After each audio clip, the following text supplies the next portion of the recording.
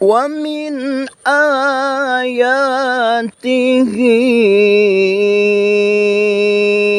أن خلق لكم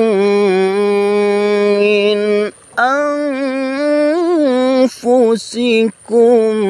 أزواجا لتسكنوا إليها